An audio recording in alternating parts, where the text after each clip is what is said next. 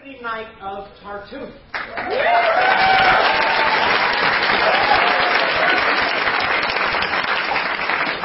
a play written in the 1600s, set now in the early 60s. And though this is a stage in a play, we are all going to take part in a musical symphony right now as we turn off our phones. All together now, on the downbeat.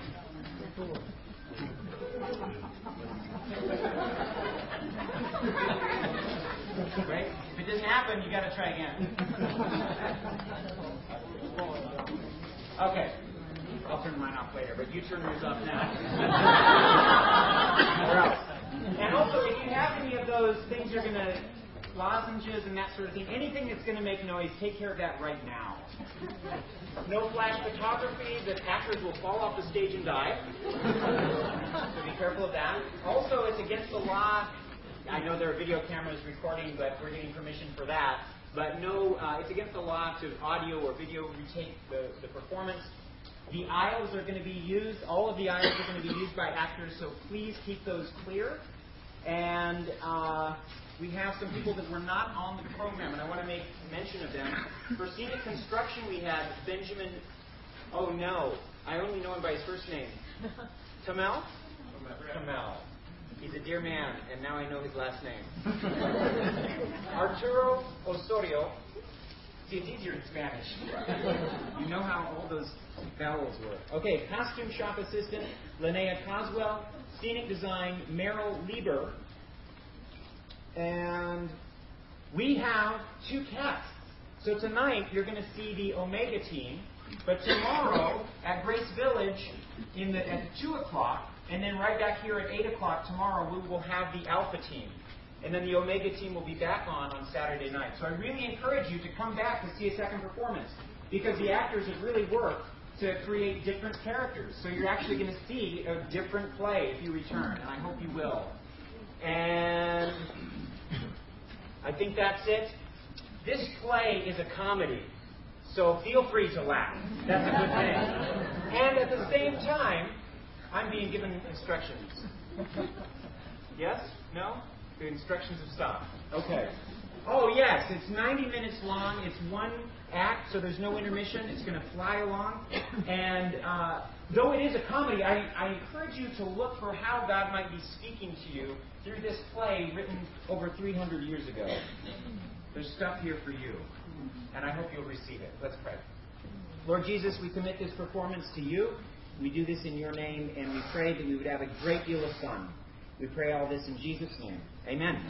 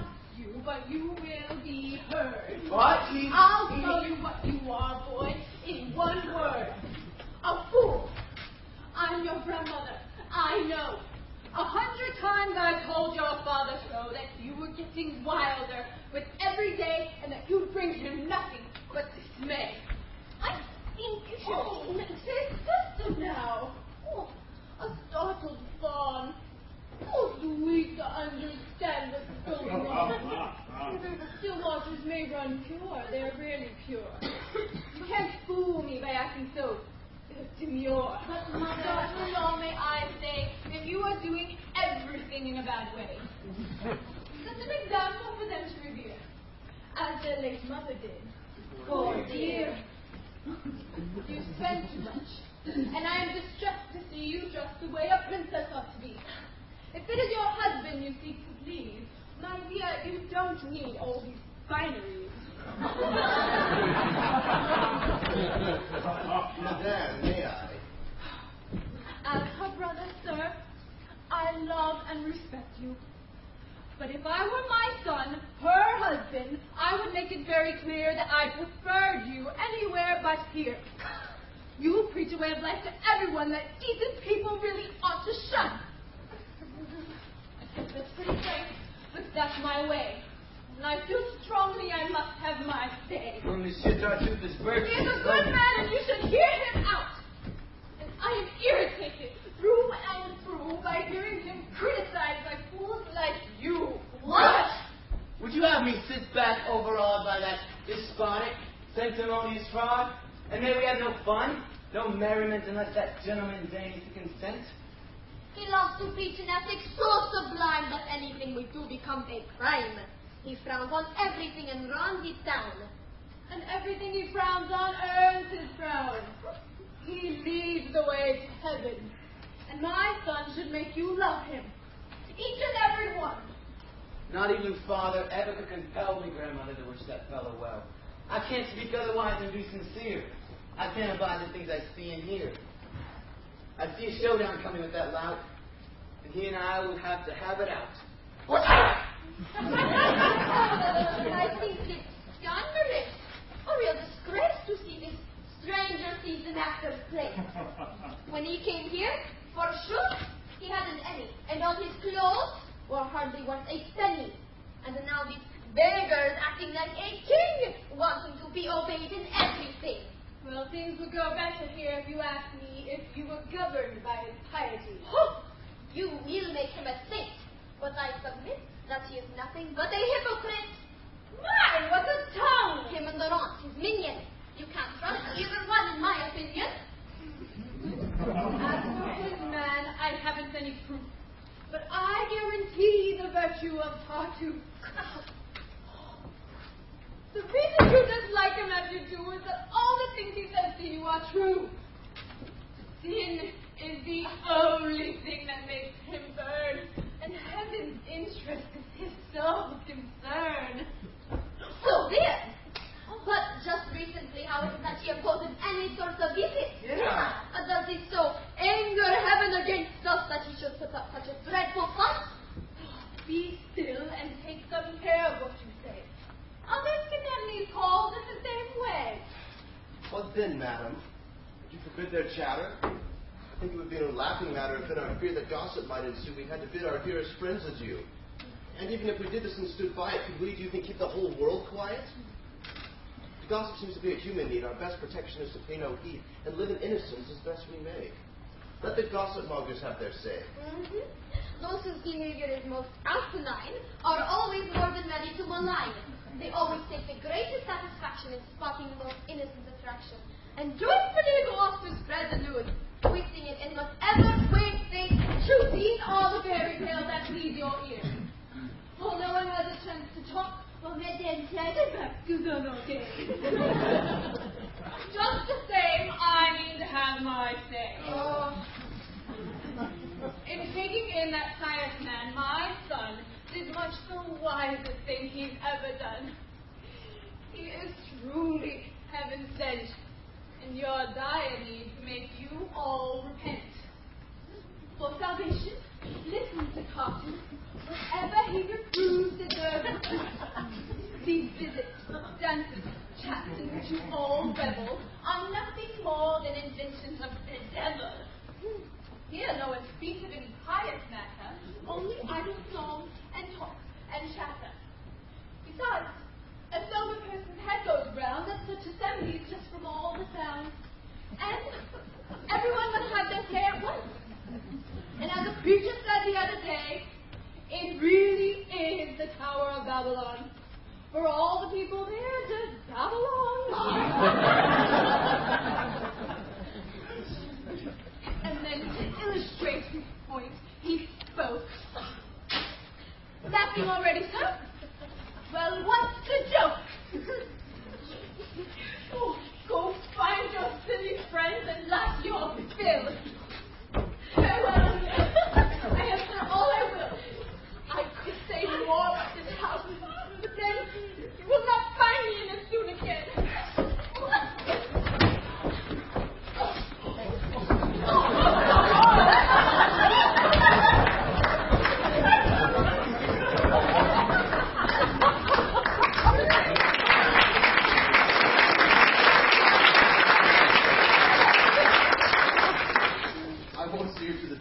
She may start enemy once more. My, that old lady. Really? It's a shame she can't hear you call her by that name. For she'd surely tell you that you're quite a wit and that she's not yet old enough for it. What a fuss over nothing. What a blast and what a spell her dear Tartuffe has cast. Oh, you'll think she's sad. Wait till you see her son, and you'll admit that he's the crazy one. During our civil war, he showed good sense and served with courage in the king's defense.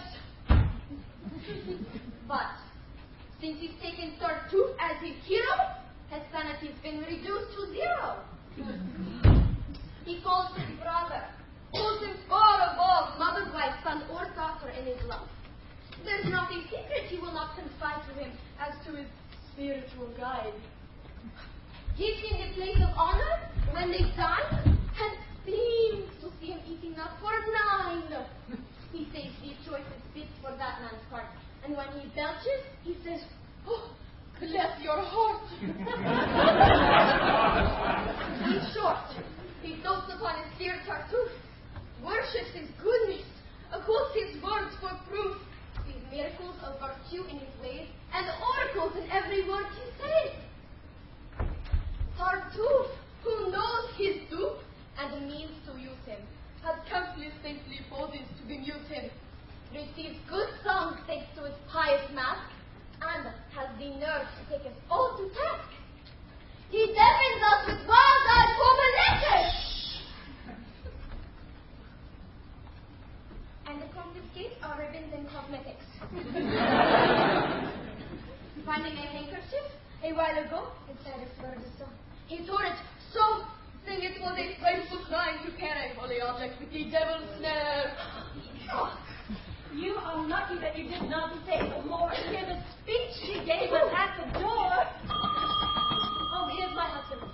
I'll go up and wait and try to greet him in a proper state. To save us time, I'll merely say hello to him down here, and then I'll have to go. One thing. You know my sister wants to marry. Tartuffe seems anxious that her plans miscarry, and forces father to procrastinate. You know, my interest in all this is great, just as love finds my sister in Bel Air. As you know, for a sister I have my share. Speak to him.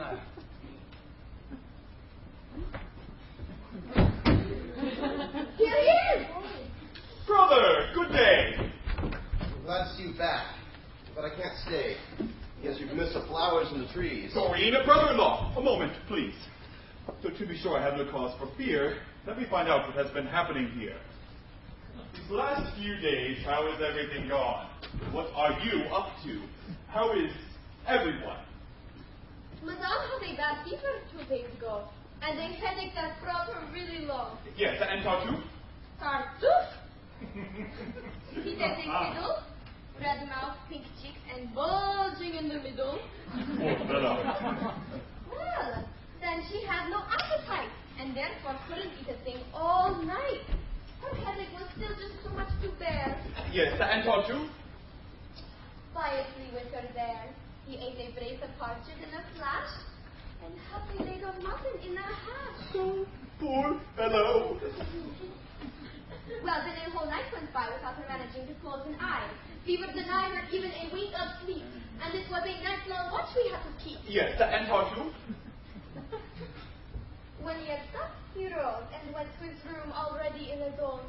got into his warm bed without delay, and slept his carefree sleep till the next day. Poor fellow. When Reed reasoned and we read, she finally consented to be blessed, and that gave her immediate relief. Yeah, and how to?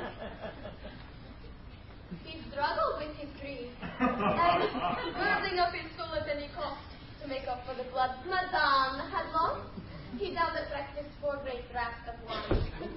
Poor fellow. Yes. In short, they are both fine. I think I'd better go upstairs and tell Madame how glad you are she's getting well.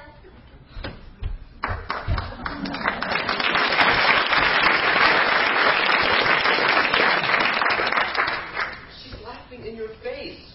Did you see her smile? Brother, I hesitate to rouse your bile, but I don't blame her in this situation. Who'd believe such an infatuation? Have you really been to Lincoln's High School, forgotten all you've ever prized, and given him food, taken him in, and now you plan? No more, sir. That will do. You are speaking of a man you do not know. All right, I don't, if you must have it so. But if we really ever are Brother, you'd be enchanted in your turn to know him. I can see it. Oh, I can. He's a man who... In short, a man. Follow him. You will be serene, secure, and look on everyone as just manure. He guides me on new paths and new directions, trains me to mortify all my affections, and liberates my soul from every tie. My brother, children, mother, wife could die, and I could see it without that much pain. Brother, your sentiments are most humane. Since that day we met, you've been on hand. You feel as I do now. You'd understand. Each day he came to church, meek as you please, and right across from me fell on his knees. He caught the eye of every person there. Such warmth and zeal he put into his prayer. His transports were extreme, his sighs profound. Each moment he would stoop and kiss the ground. And when I left, he always went forward to offer me holy water at the door. His man, who imitates his every deed, informed me of his background and his need. I gave him gifts, but in his modest way, he'd give me back a part and humbly say, "That's too much. That's twice too much for me. I am not worthy of your sympathy." And then, when I refused to compromise, he'd give half to the poor, right before my eyes. At last, heaven prompted me to take him in. And ever since, how splendid things have been. I see him censure everything and take great interest in my wife. All for my sake, he warns me when men ogle her on the sly, and acts far jealouser of her than I. Upon himself he lays his harshest sentence. A trifle like a sin demands repentance. The merest nothing fills him with dismay. He came to blame himself the other day because while praying he had caught a flea and killed the creature much too angrily. Lord! Brother, you're mad, I do believe. Are you sure at laughing up your sleeve? This is nonsense, or do you insist? Brother, you're speaking like an atheist. Your face spattered with free-thinking grime, and I've warned you more than once that ugly time awaits you if you will not change your mind. These are the arguments of your kind. When you can't see, they think that no one ought and all who do are tainted with free thought. Whoever balks at pious affectation fails all piety and veneration. Or what? Can you really see no difference between devoutness and devout pretense? Do you want to give them both the self-same face? Honor the mask as you do the face. Do you want to equate artifice with sincerity? Take similitude for verity? I mention this because it's apropos. Oh, yes, you are a learned sage, I know. The sapience of the world within you lies. You alone are enlightened, truly wise. I don't possess the wisdom of the ages, and I am not a learned sage of sages. My only knowledge, my only art is this, to tell the true and the false apart. And as there are no heroes, I revere more than those whose devoutness is sincere. Nothing worthier of veneration than true religious dedication. Also, nothing seems more odious to me than the disguise of specious piety. Then those breast feeders in the public square, whose sacrilegious and deceitful air turns to its own advantage with a sneer. All women hold most holy and most dear. The master became so possessed that they would turn piety to interest. These men, I say, whose vehement devotion by way of heaven seeks temporal promotion, who what they pray still manage to extort and reach themselves to stay put. We know how to make zeal and vices mix, vengeful, quick-tempered, faithless, full of tricks, and willing to ruin someone. They make it seem to do so for heaven's sake. Though far too many fakers meet our eyes, true piety is not hard to recognize. Even today, there may be found admirable examples all around. No one contests their claims to sanctity that they do not parade their piety and leave to all others all the lofty speech, while all they do is practice what they preach. Rather than rage against a reprobate, they think that sin alone deserves their hate. These are the men who win my admiration. These are the models for our emulation. You know your man is not at all like this, and you may flaunt his fervor all you please. I think appearances are leading you astray. Dear brother-in-law, have you had your say? Go, sir. Brother, please don't go. Valère has, as you know, a promise of your daughter's hand from you. Yes, You had even set a date. that's true. Why do you put it off then? Don't ask me. Do you have some other plan in mind? Maybe. You'd break your promise? Is that what you mean? I don't say that. Then what do you keep from your promise to your pledge? Depends. Why not speak out? Why always hedge? Valère wants me to sound you out again. Praise be to heaven. Well, what shall I tell him then? Why, what you like. He has to know your plans. I shall obey the will of heaven. But to the point, will you keep your word? Farewell. This looks ominous for Valère. I don't like what's in the air.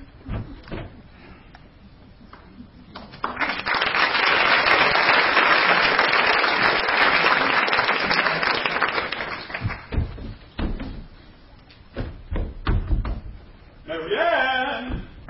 Father! Come over here to me. What are you looking for? I want to see that no one is around to overhear. It's a bad place for privacy, my dear. There, we're all right.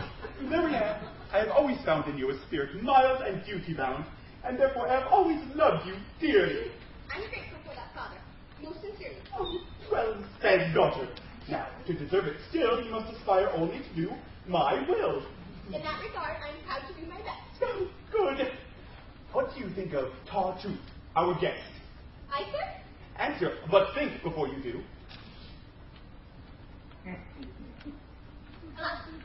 I'll say whatever you want me to. No, that's a good girl. Say, so I can hear it, that everything about him tells his merit, that you are fond of him and would rejoice to take him as your husband by my choice. Well, what's wrong? You. What? Tell me first. What? Father, who is it I'm to say I'm so proud of that I was going to take him as my husband by your choice? Tartuffe.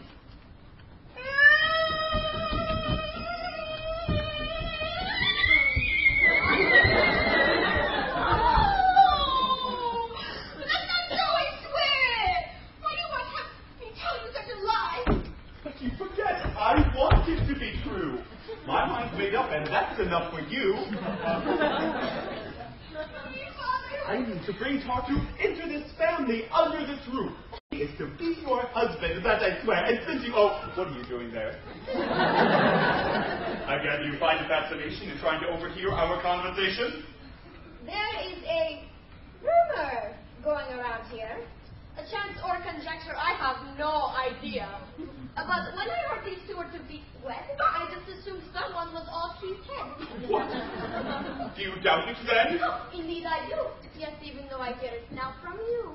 You will believe it soon before I'm done. Yes, I know you like to have your fun. I'm telling you what soon you will attest. Nonsense. I tell you, daughter, it's no jest.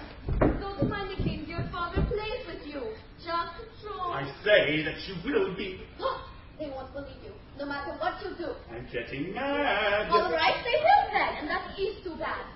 What, sir?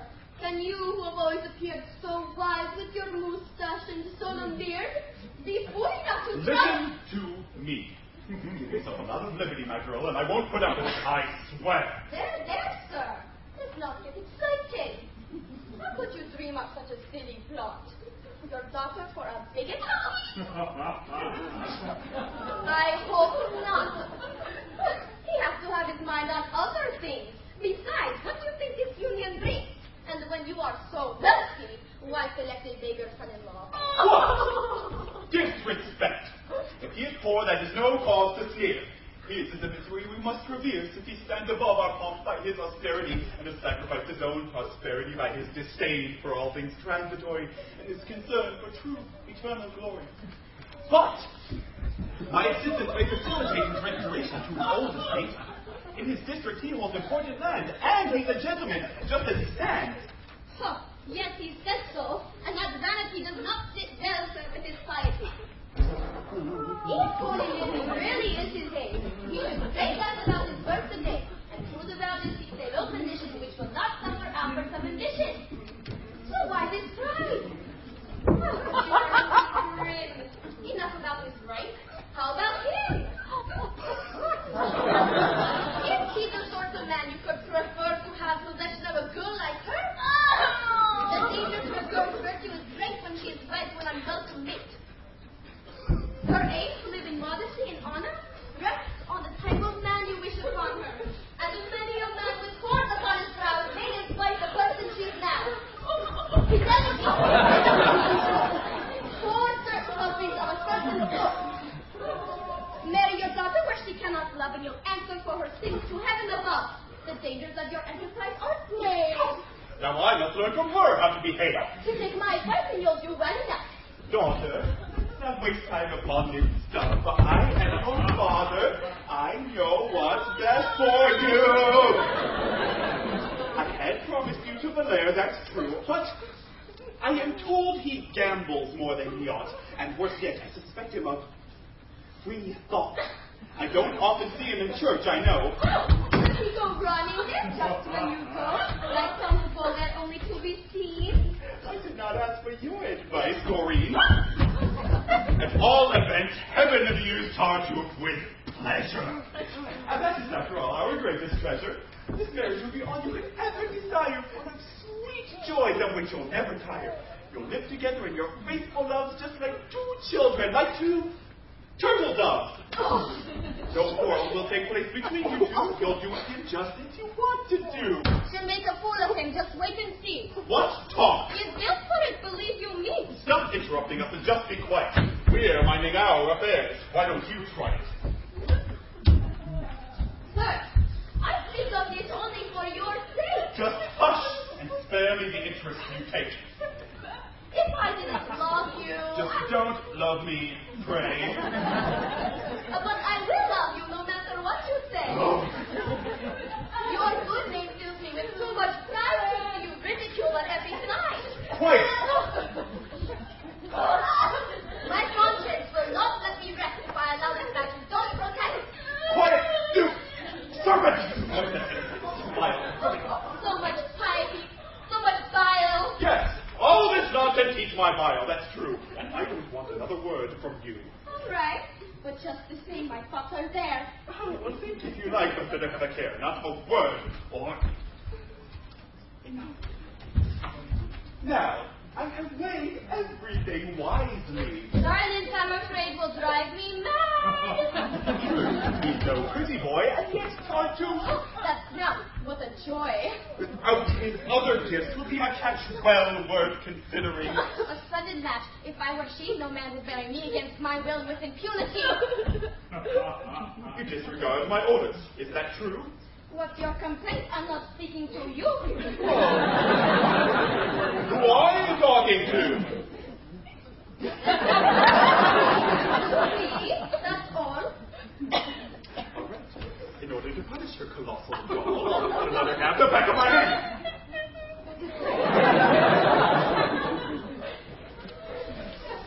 Daughter. You should approve of what I planned. The man I've chosen for your fiancé. Not talking to yourself? Nothing to say. Give me welcome to Tartuffe. One more little word. The word is mom. I'm waiting for you. I should be so dumb. In short, you must obey the master's voice and show yourself compliant to my choice. Whoa! If I would have married that man in the bed.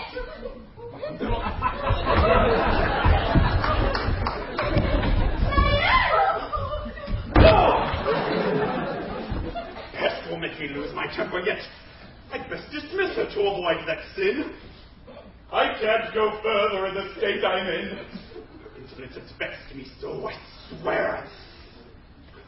I'd better go and get a breath of air.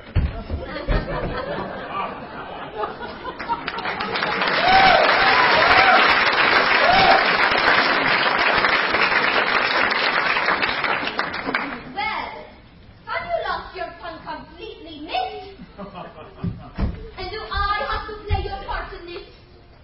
Listen, propose a project. That's absurd and not combated with a single word. What can I do? My father is a master. Do anything to block such a disaster. What?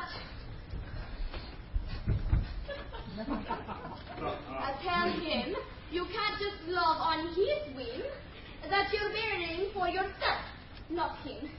This is arranged for you, supposedly, that you should love the husband and not he. I know, but father holds such awful sway. There's nothing I can bring myself to say. Oh, come, let's talk sense. You're courted by Valère. Well, do you love him, or don't you care? Oh, come, Doreen. He deserves my love. You ask me not what are you thinking of. I hold back nothing from you. Heaven knows. Surely you know how far my ardor goes. But how do I know that you're saying what you feel, and that your passion for Valère is real? Truly, Doreen, you wrong me by your doubt. My sentiments have clearly spoken out.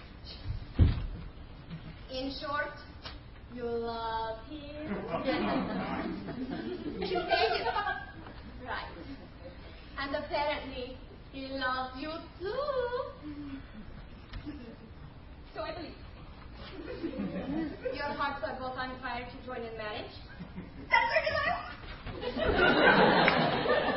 So, about this other match, what is your plan? To kill myself.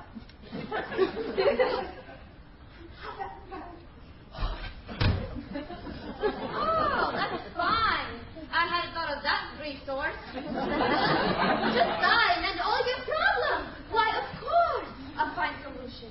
Oh, it drives me wild to hear you talking like such a silly child. Good Lord. Doreen, don't take this out on me. You've no compassion for my misery. Oh, I've no compassion left for all this drivel. When once the chips are down, you simply shrivel. But I'm so timid. What am I to do? Love requires a touch of firmness, too. I'm firm in my devotion to Valère. Surely father's consent is his affair. But if your father's utterly insane, his passion for Tartuffe has rocked his brain and breaks his promise that he too should wed, why place the blame on your suitor's head? But if I should defy it too apparent, won't my love for Valère be too apparent? Then shall I give up for all this charm, beauty, the modesty that is a woman's beauty? And if my love a thing you'd have me flaunt, I wouldn't have a thing.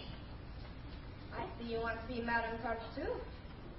I'd be unkind were I to try to make you change your mind. Why should I argue since you want this match? Justin himself, he's certainly a catch. He basks in honor and in good repute. He's noble back at home, a handsome brute, with that florid complexion, and those red ears. Think what delight you have over the years. Your soul will know eternal bliss, where to such a handsome man as this. Oh, please don't torture me. I just can't stand it. How can we break this match when father's planned it? I give up. I'll do anything you say.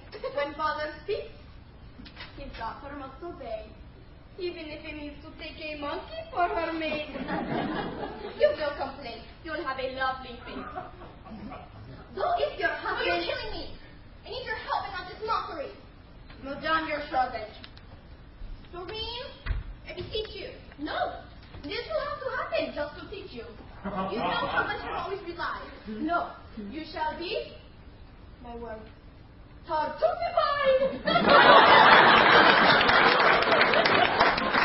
All right. As long as that is all you care, henceforth leave me alone in my despair. And that at least my heart will find a cure. I know a remedy that swift and sure.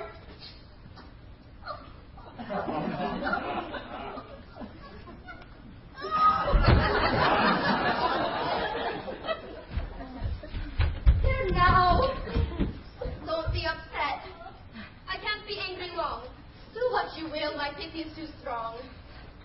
If this cruel torture is what lies ahead, I'll kill myself. I'd far rather be gentle. Please don't be angry. This much is plain. We'll find a way. But here's Ballet, your queen. Oh! Madame, a piece of news is going up. A note to me, but very fine, no doubt.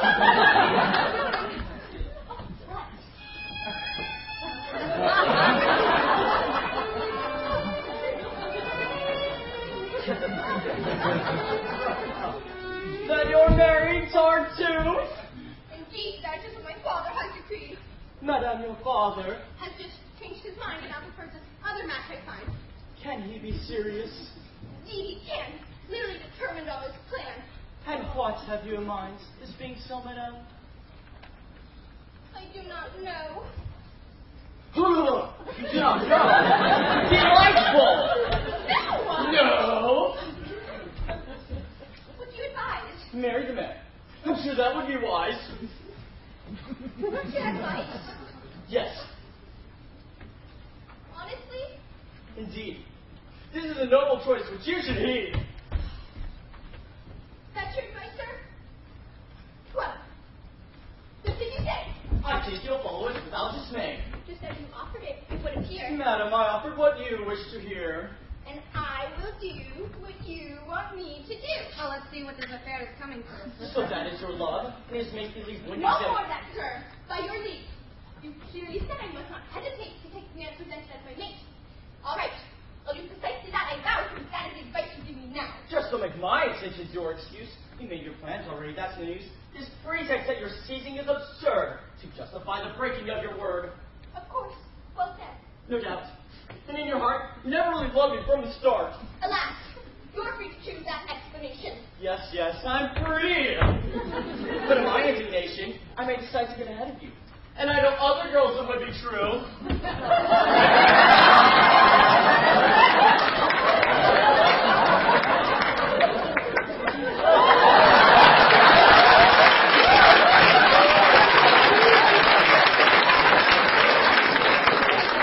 I have no doubt about it.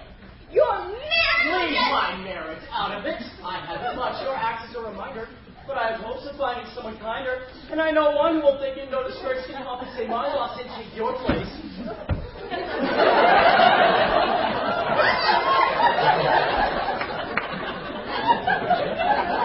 It's no great loss.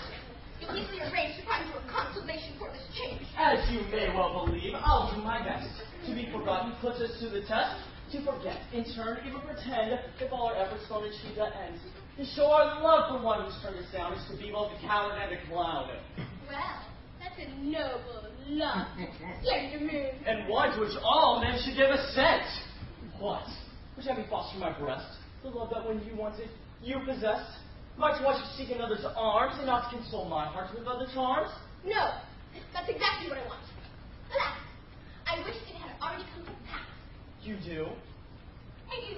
That is all I can stand. Madame, I'll go and do as you command. All right. At least remember that it's you who's driving me to what I'm going to do. Oh, yes. And that by enacting this way, I follow your example. As you say, Enough. I'll carry out your wishes then. that's fine. You'll see me now, but never again. Of course. And...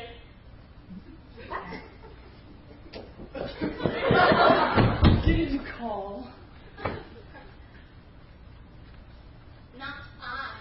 You're dreaming. Then, madame, my last goodbye. I'm off. Goodbye, sir. Well, if you ask me, we've had enough of this tomfoolery. I'd let you stand the insults to and fro to see how far the two of you would go. Senor Valer? Hey! What, is it Doreen? Oh, come here. No. I've got to spit my spleen. Don't worry, I can much get free. Stand still. No, don't you see? We both agree. Oh, my. He hates my sight. He wants to leave it. I'm the one to go, I do believe. Look, now you, let's go. Let's go. You stay right here. Don't try to hold me back. Do you hear? torment at the sight of me. I better disappear and set her free. You again! You don't. What about you do? Now, stop this nonsense. Come here, both of you. What are you trying to do? Well, it's bother to bring you back to sense and to each other.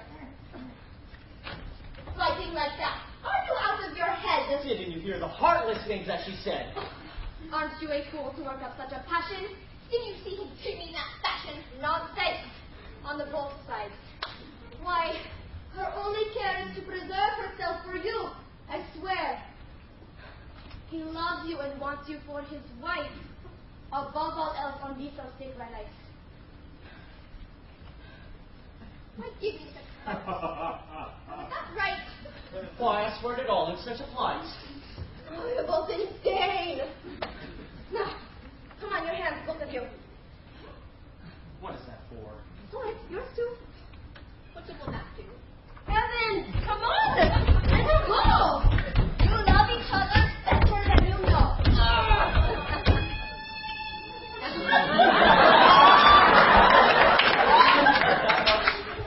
You must confess. Look at it all without bitterness. To tell you the truth, lovers are all insane. Haven't I reason to complain? In all sincerity, weren't you unkind to enjoy driving me out of my mind? If I had ever seen ingratitude, suppose we just postpone this little feud and try to block this marriage if we can. Tell us, what shall we do? What is your plan? We shall use everything we can invoke. Your father's mad. This thing is a bad joke. No, but you had best indulge his consent by the appearance of a meek consent, so that you may more easily prolong the waiting period should things go wrong. And don't forget, however hard they press, you can't be married without saying yes. Go on, get your friends busy on our side. To help them keep this promise he's denied. We'll get in touch with join in the strife, and try to gain assistance from his wife. Goodbye. All the rest of us may do. The one I'm really counting on is you. I can't be sure father may decide, but I shall never be his bride. How happy you have made me. Come on, May. Oh, lovers never run out of things to say. In short, No time for chat. You go out this way, you go out that.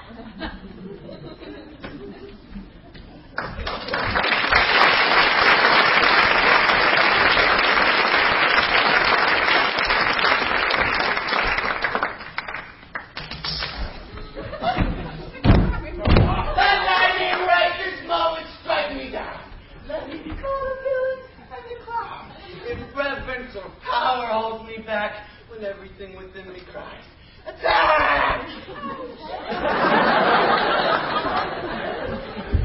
See what your stepmother can do. Please moderate your anger if you can. Your father's only talked about his plan. Not all that men propose becomes a fact, nor does intention always lead to act. Not that cocksucker's plans. Just wait and see. It won't be long before he hears from me. Gently. See what your stepmother can do to get around him and your father too. Well, she seems to have Tartuffe under her sway, and he treats her in the most obliging way. And may well feel a certain fascination. Would God he did.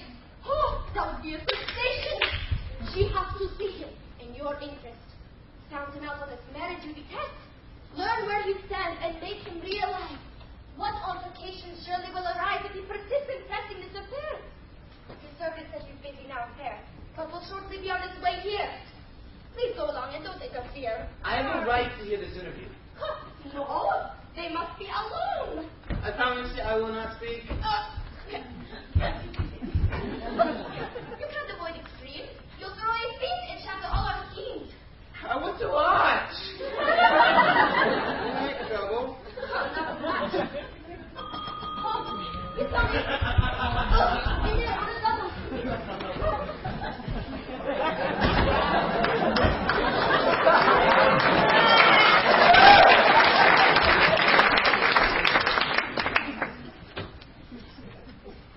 put back my scourge and hair shirt in their place, Laurent, and pray for heaven's enlightening grace. If someone asks for me, I may be found among the prisoners giving alms all round. What affectation? What pretentious cheek? What do you want? To say Oh, that good Lord! Come on. Don't speak until you take this handkerchief. For me? Cover that bosom which I must not see. Souls can be harmed by objects of that kind. They bring sinful thoughts to a man's mind. You must be very weak against temptation and very prone to fleshly stimulation. I don't know what can set you so on fire. For my part, I'm slower to desire. And if I saw you bare from tip to toe, your epidermis wouldn't tempt me.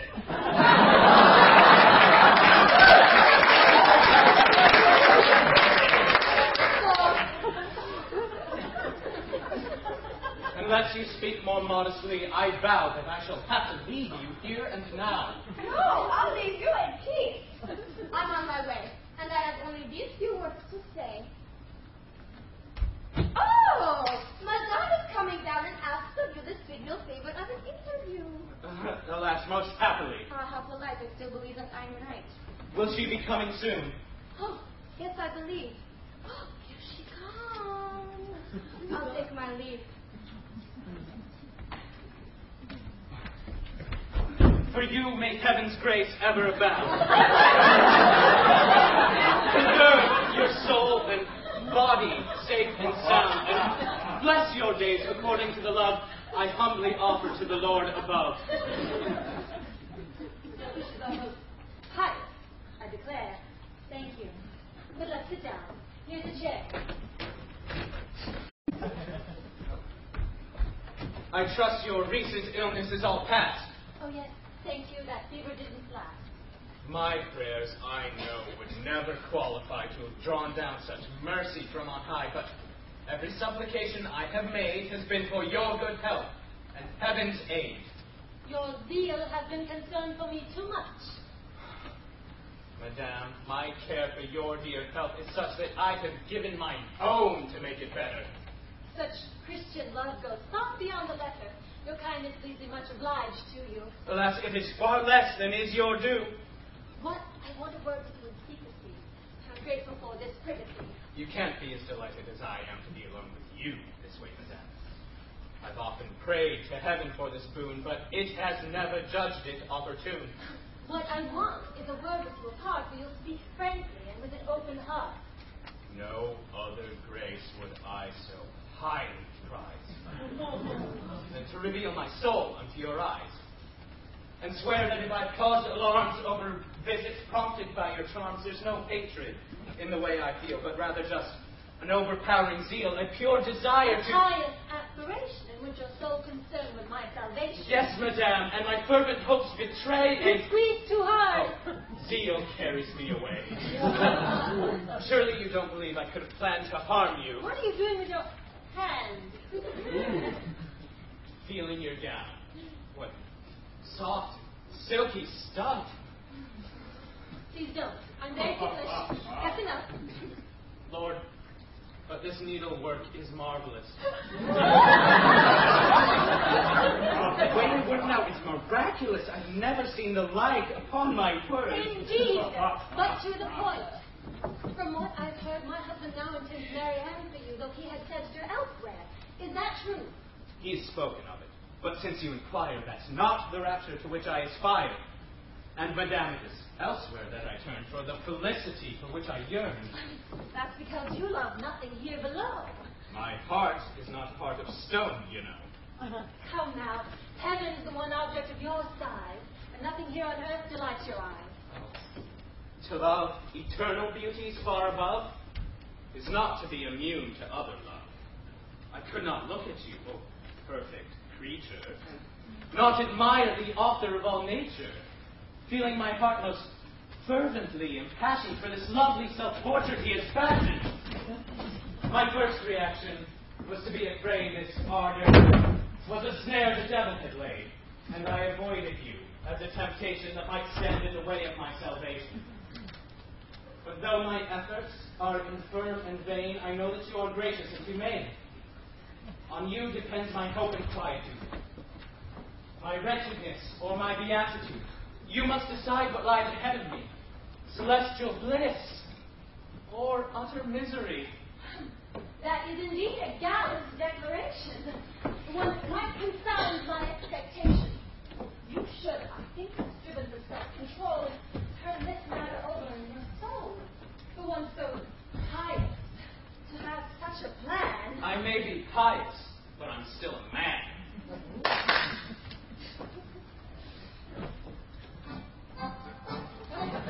And at the sight of your celestial form, region and heart alike lay down their arms.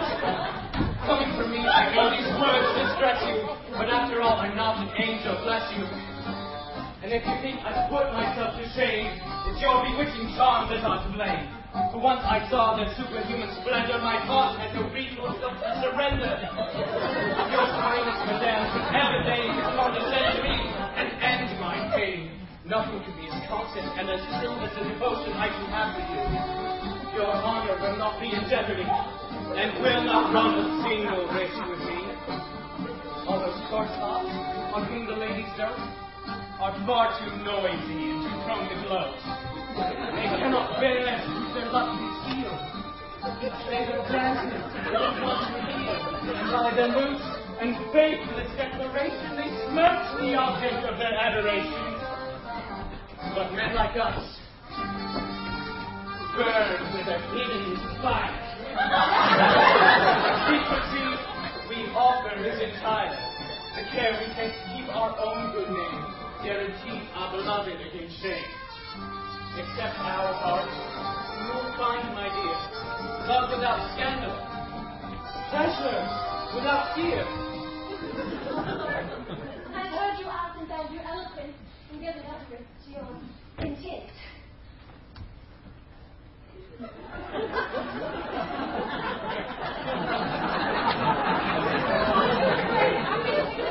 My husband of this warm devotion, and that your passion, if he ever knew, might undermine his friendliness for you.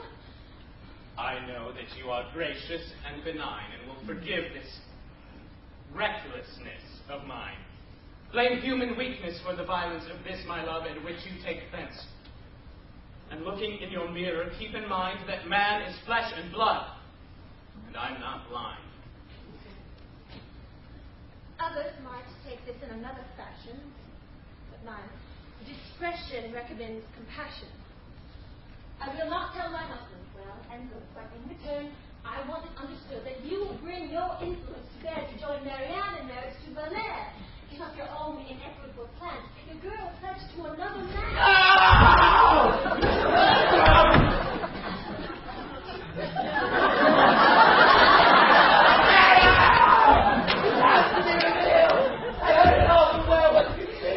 Heaven's goodness must have put the air inside. Let me dash this noxious traitor's pride. Avenge his odious impertinence, his rank hypocrisy and insolence. Open my father's eyes and bear to view this scoundrel soul that talks of love to you. No, Johnny. You merely learned his place and studied to deserve my promised grace. Don't let it out. He would be quite absurd. I've given him my word. A wife knocks off a lot of what she hears a dozen minute and husband's ears. You have your reasons for this compromise, but I have mine for doing otherwise. To want to spare this bigot is all wrong. His influence has lorded it too long over my righteous anger, and has tried to spread dissension on every side. Too long he's held my father in his spell, and crossed my sister's love, and mine as well. His deceit must be bared to father's glance, and heaven offers me the perfect chance. It is my deepest gratitude for this, and the occasion is too good to miss. I would deserve to have it snatched away if I did not use it without delay. Oh, please. I'll do as I think right. My soul is overflowing with delight. No use telling me to be discreet. An overdue revenge is doubly sweet. Kindness is all settled anyhow. Sure enough, here comes my father now.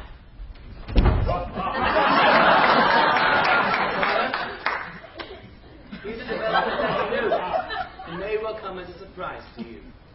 I've just got him in the most shameful fashion, asking Madame to share his guilty passion. Discreet and overmild, she did not choose to have you inconvenienced by the news. But I cannot condone such impudence, or hide it without giving you offense. I think we should not vex a husband's mind with incidents of such a foolish kind. Honor does not rest on points like these enough to check familiarities. Those are my feelings, and if you, Downies, had heeded them, you would have held your peace. What have I heard?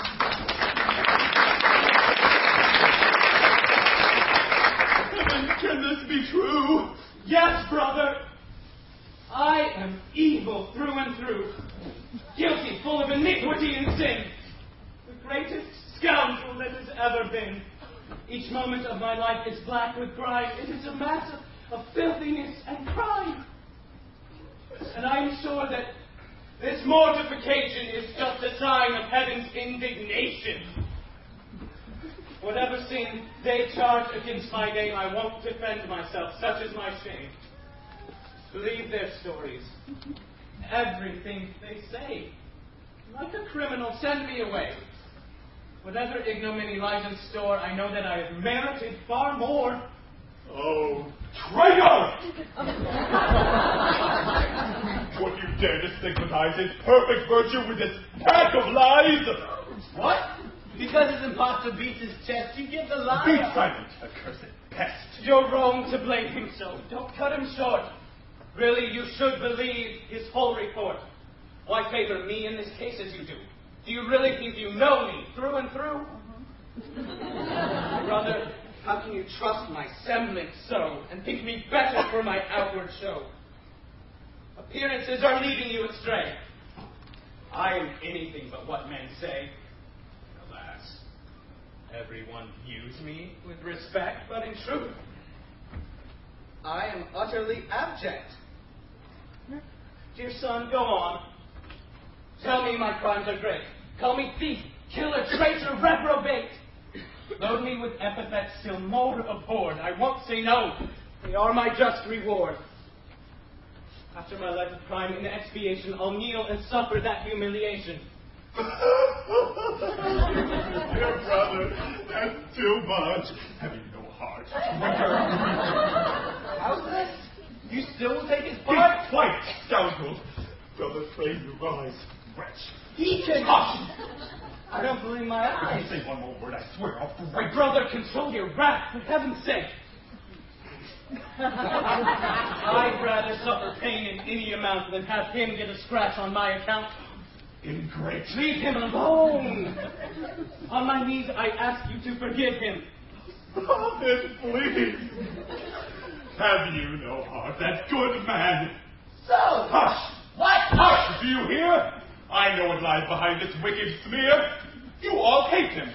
Why, just today I've seen my wife, children, and servants vent their spleen. I'm shocked to see how brazenly you plan to separate me from this pious man. The more you try to drive Tartuffe away, the harder I shall strive to make him stay. And soon he'll have my daughter as his bride, just to confound my family and its pride. You force your daughter to accept that cad? Yes. And this evening, just to make you mad. Oh, you may try your best to interfere. You must obey. I am the master here. Take it back, rascal, and for your conceit. Get down and ask pardon at his feet. Who, me? From that resembling pietist? Oh, so you insult him, wretch, and still resist? Give me a stick! A stick! Go put me down. Go on! Don't like a pack in the So right I'll go. But quick! Out of this place! I disinherit you. And what is worse, you scoundrel, all I leave you is my curse.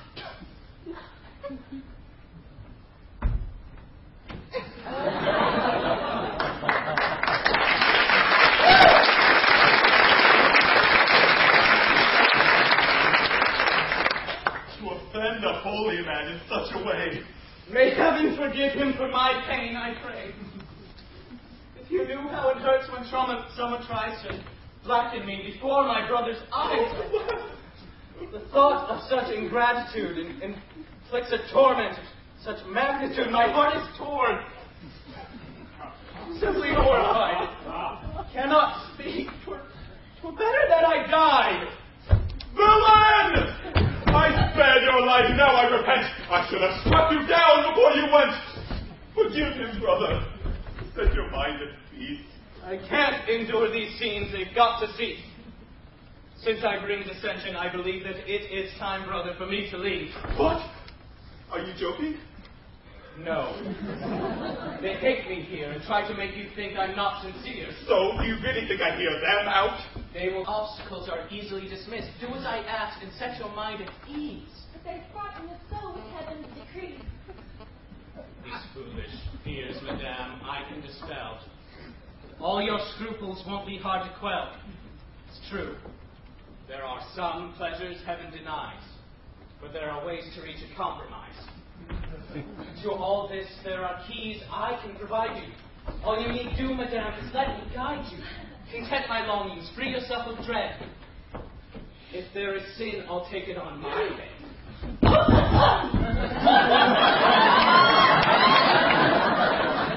You've a bad cough, madame. I'm tortured by it. Look, I have a bit of licorice. Won't you try it? It's a persistent cold, and I can tell that all your licorice won't make it well. That is a shame. Yes, more than words can say. Your scruple, then, is easy to allay. Our secret will be safe with us alone, and there's no evil if the thing's not known. The one offense lies in the public shame. Secret sin is sin only in name. I see I'll have to yield to your behest and grant you everything that you request. Since nothing else will do, I guess I must make you happy and to win your trust. I wish you were not so demanding, though. Nothing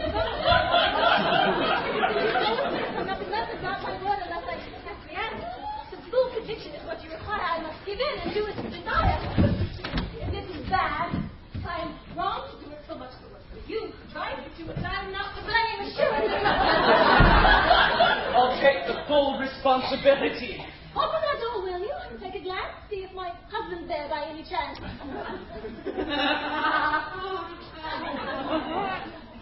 Why bother with precautions such as those? He's a man to lead round by the nose. He's so glad I have these talks with you.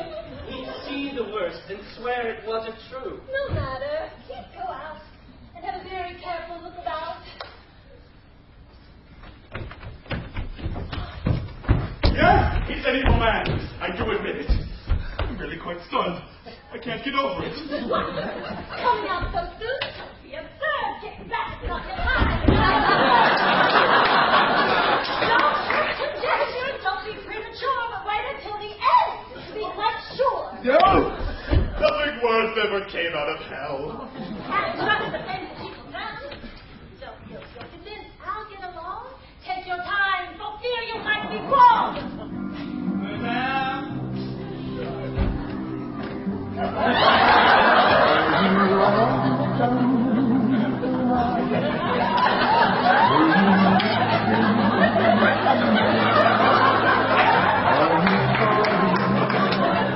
My satisfaction is complete. I've had a look around the entire suite. No one is there. Now I'm delighted. Hold on, lover.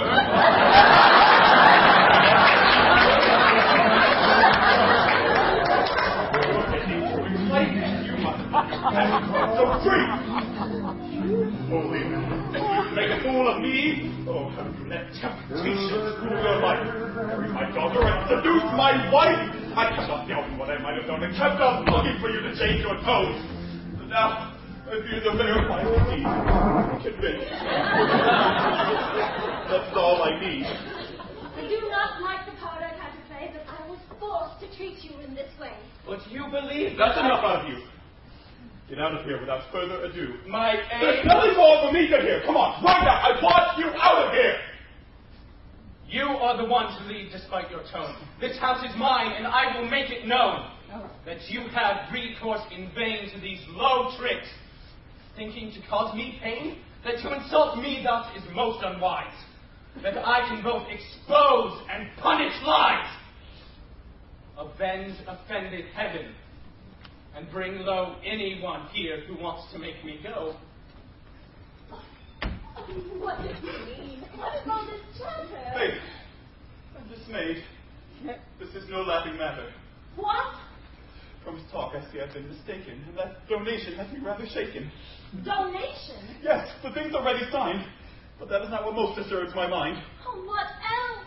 I'll tell you. First, let's go and see if that strong box is where it ought to be.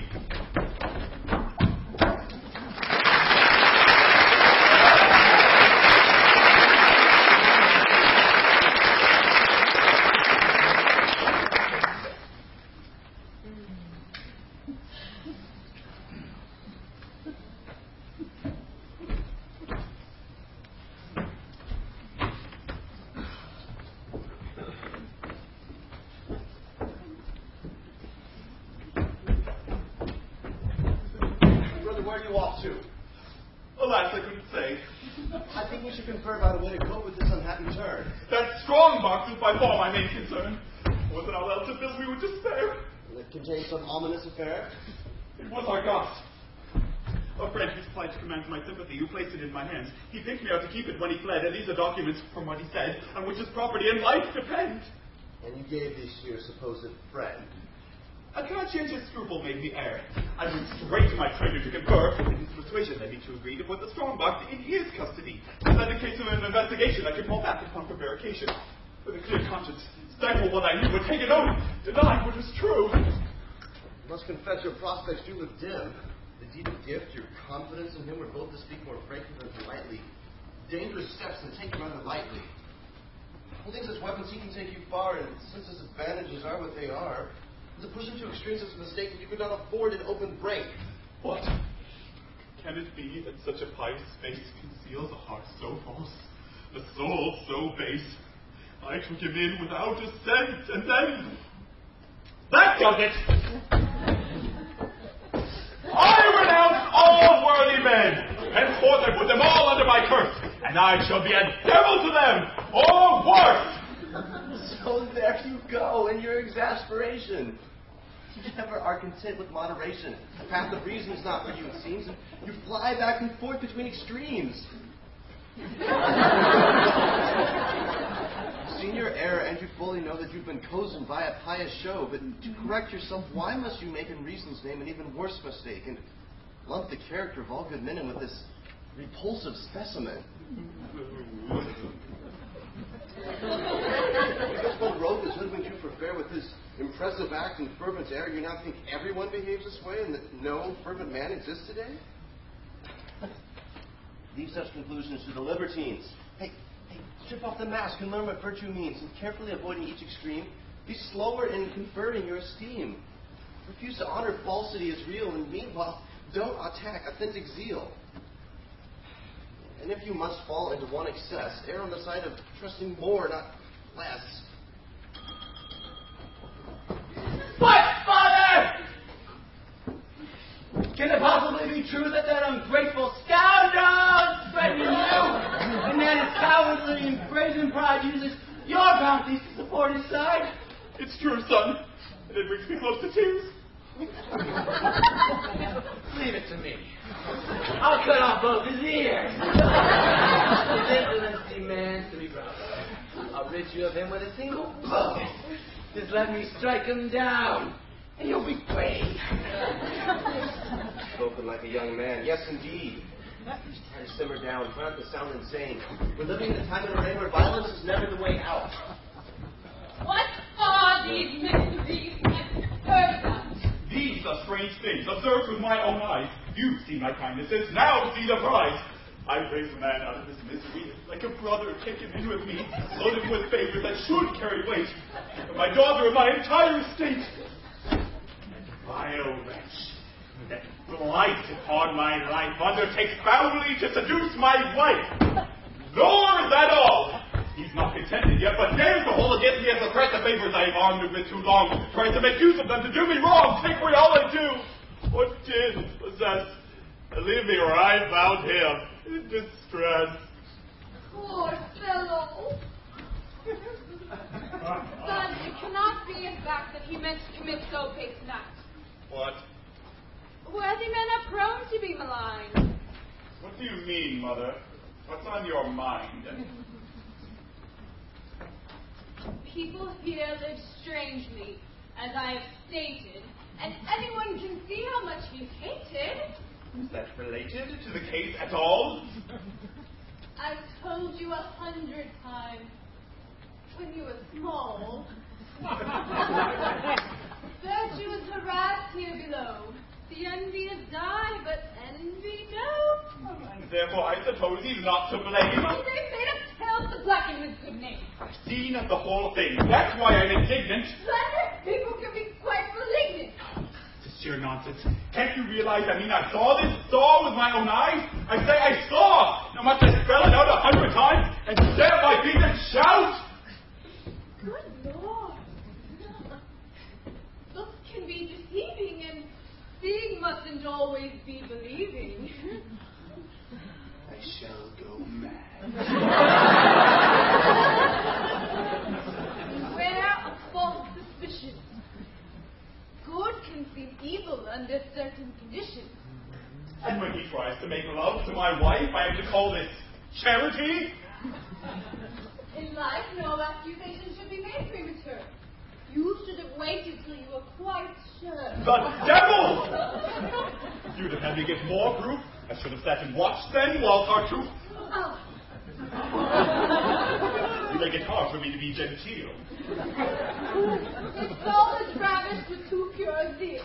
I simply cannot accept it as fact that he could be involved in such an act. If you were not my mother, I don't know what I might think and remain so.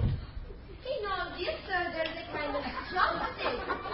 She won't trust you, but then you wouldn't trust us. We're wasting precious time on idle chatter.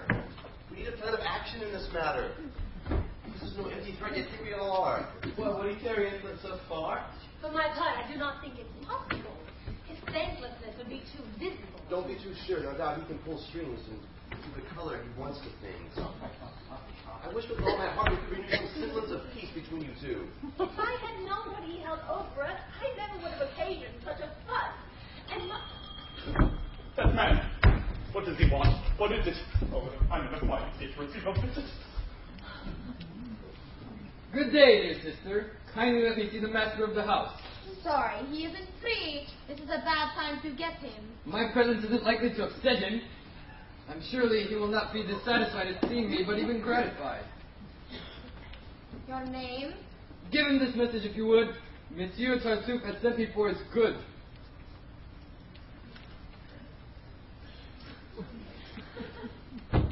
Sir, there's a pleasant-seeming man out there. Well, since I was here Tartuffe on an affair which he declared will please you. You must see what this man wants and just who he can be. Perhaps he's come to offer me some pact? If so, how do you think I'd better act? Don't let resentment carry you away, and if he talks peace, let him have his say. Your family, sir! I cherish and admire, and I want you to serve your honored sire. I beg your pardon, sir, but to my shame I cannot place you nor recall your name. My name is Loyal. I'm from Normandy, a bailiff with a wand, as you can see. And I am here, sir, if you will permit to serve you duly with a certain rate. What? You are here? There's no need to shout. It's nothing but a summons to move out. Yourself, your family, and all your kin, and clear the place so that others may move in without delay and all proper speed. I leave this house. Yes, sir. Yes, you please. For the rightful owner, need I mention, is good Monsieur Tartuffe, the armed contention. His ownership of all your goods is clear by virtue of a contract I have here. Without the... It's in due form, and there's no defense. My word, I marvel at this impudence. Sir, you are not involved in this affair. As this gentleman is mild and fair, and knows the role a worthy man should play too well to flout with justice in any way. But easy to think Nothing will induce you to rebel. Not a million francs, I know full well. And like a gentleman, you will allow me to enforce my orders here and now. But you do worse than order such a seizure and drive us from our home? But you have leisure. I shall even grant you one more day before you have to do what the orders say. But before you go to bed, if you please, for form's sake, I must have your peace. If I still have 100 louis d'or, I'd give them all happily and many more if I could land just one resounding pound, my very best upon that ugly snout. Hold on, don't ruin matters. Explainer! I used to give him what such men deserve. You are the husband, sir, and I promise if you cannot run with your friends. A lot of trouble with the show, my girl. Women are not of the law. Enough! Let's have no more, sir. Pray you cease. Leave us with your orders here in peace. Au revoir, one and all. May heaven content you. May it confound you and the man who sent you.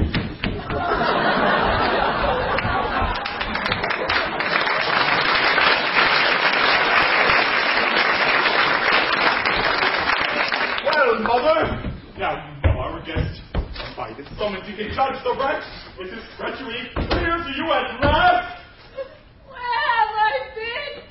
I want to be a god. You're wrong to blame the poor fellow in his flame, and this makes all his prior perfect plain. He loves his fellow man better than himself, and knowing the corrupting power of pelf, in charity he frees you from any temptation toward any obstacle to your salvation. Shut up! Huh? For the last time, I'm telling you. Let us consider what you are to do. Expose the brazen ingrate's ugly story. This action makes the contract nugatory. His black treachery will be too plain to yield the success he hopes to gain. Sir! Though I hate to bring unpleasant news, such as your needs that I cannot choose. A dear old friend of mine who knows how strong has been my interest in your life, on my behalf has dared to violate the secrecy owed to the affairs of the state, and writes to say that in your present life, the only course for you is instant flight. This scoundrel who imposed upon you so denounced you to the king an hour ago, and put into his hands a down strong box, an enemy of the crown, claiming your failure to reveal it shows he's like the duty that his subject owes. I like the details about the charges press, but there is an order out for your arrest. Tartuffe himself was told to come along and lends a hand to see that nothing goes wrong. Yet your property the traitor aims and has weapons to back up his case. That man is certainly a wicked beast. Delay is fatal, sir, even in the least. Please, let me guide you to receive your sight and keep you company throughout your flight. Alas, how vastly I'm in your debt. Even the time to thank you is not yet. Someday, heaven grant me the opportunity to thank you for your generosity. Farewell. Be careful all. Come on, we'll do it everything it's done. Hold on! Hold on there, sir. Stay where you are. Your new abode is not so very far, and we arrest you now in the king's name. Traitor! You brought me to this final shame. This is the stroke scoundrel that brings me low, and all your treachery is in this blow.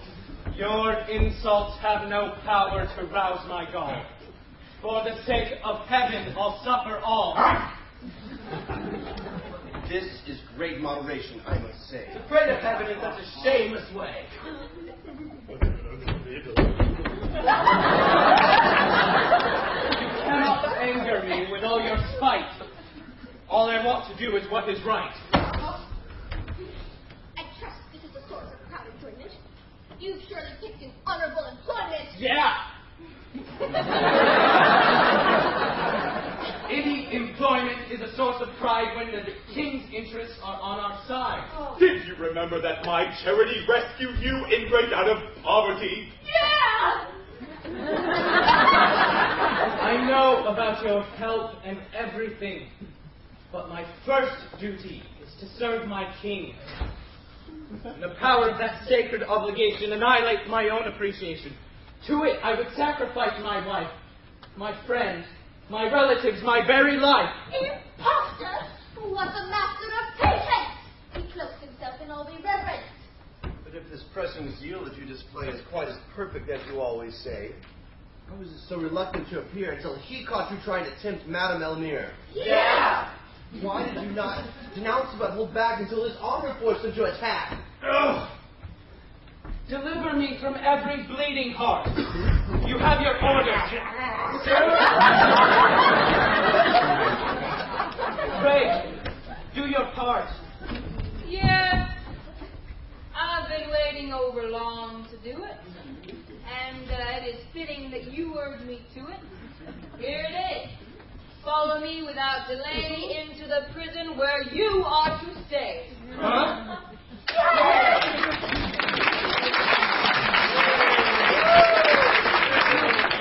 I. Sir, you indeed. To prison. Why? You are not the one I mean to satisfy. Your escape was narrow but complete. We live under a king who hates deceit. A king whose eye sees into every heart. And you can't be fooled by that imposter's art. Oh, no. This fellow could not catch him unawares, and he has thwarted many craftier snares. Accusing you, Tartuffe reveals his state, and by an equitable stroke of fate, led the king to recall his shady fame of crimes committed under another name, Fred. His record is a long and ugly one that would fill volumes and still not be done. Revolted by the black disloyalty of that ungrateful wretch, His Majesty sent me here, and added this horror to the list at hand, and sent me here as if at his command, only to see how far his gall extends, and bring him here to make you full amends. Get the picture? Yes, we sing. So, yes, all the papers which he claims to own, I shall restore into your hands alone. The king now chooses to invalidate the deed of gift that cost you your estate. And lastly, he pardons your offense at shielding even a friend at his expense, and thus the courage that you once displayed against his enemies shall be repaid.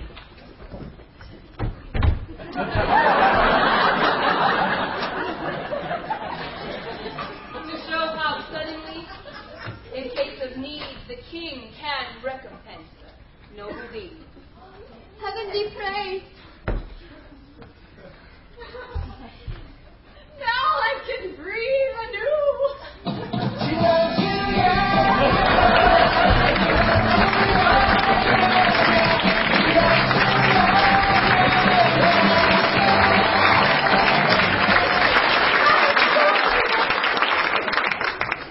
It's true. Well, traitor, there you are. Stop, brother, please. True. Not used to such indignities. Leave this poor wretch in his unhappy course, and do not add your bit to his remorse. Rather hope his heart after today may happily return to virtue's ways. That he'll correct his life, contest his crime, and soften the king's justice in due time. Well, you go on your knees before the king and thank his clemency for everything.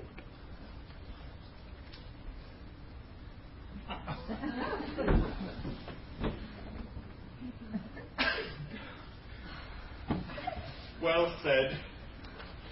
Let us go and kneel before the throne and praise him for the bounties he has shown. Then, once this first duty is gladly done, we must start thinking of another one.